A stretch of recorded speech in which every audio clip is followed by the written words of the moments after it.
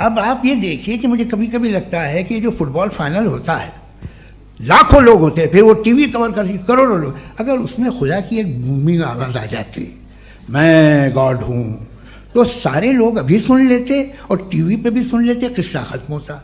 ये इतनी राजदारी क्या है कि तुम सामने कुछ तो सबूत दे दो हमें सॉलिड। ये कह साहब ये यूनिवर्स कैसे बनी, इससे मसला क्या हल होगा? मैं पूछूंगा आपसे खुदा कैसे बना? क्यों नहीं पूछूंगा कैसे बना? बल्कि वो तो कायनात से कहीं ज़्यादा इंटेलिजेंट है, कायनात से कहीं ज़्यादा कॉम्प्लेक्स। जी वो हमेशा से है, आप कहेंगे मैं मान लूँगा।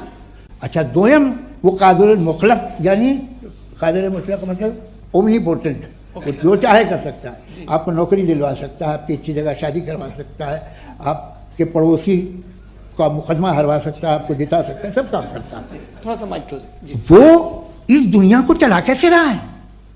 ये दुनिया कैसे चल रही है? आपको इस पर हैरत नहीं होती?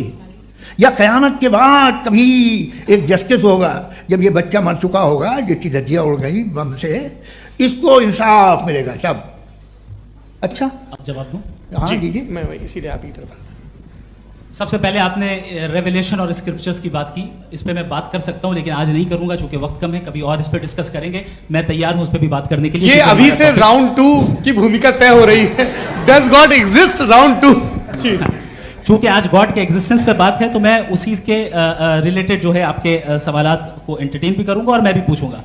आपने कहा कि आपने साबित ही नहीं किया, जबकि आर्ग्यूमेंट ऑफ कॉन्टिजेंसी बुनियादी आर्ग्यूमेंट है। आप मुझे कॉन्टिजेंसी का मतलब बताइए, आपका मतलब क्या कॉन्टिजेंसी?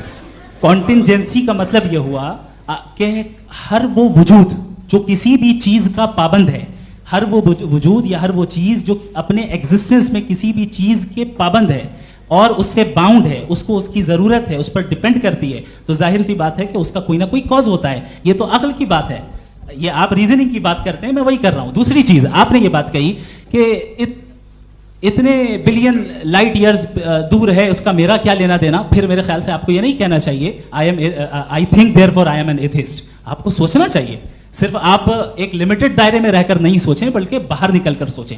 आपने तीसरा सवाल किया, आपने 2-3 सवाल एक साथ। ऐसी बातें ना कीजिए, कुछ लोगों को इतराज हो जाएगा आप पे कि आप कुछ भी सोचिए। ये इजाजत आपको है नहीं, मुझे है।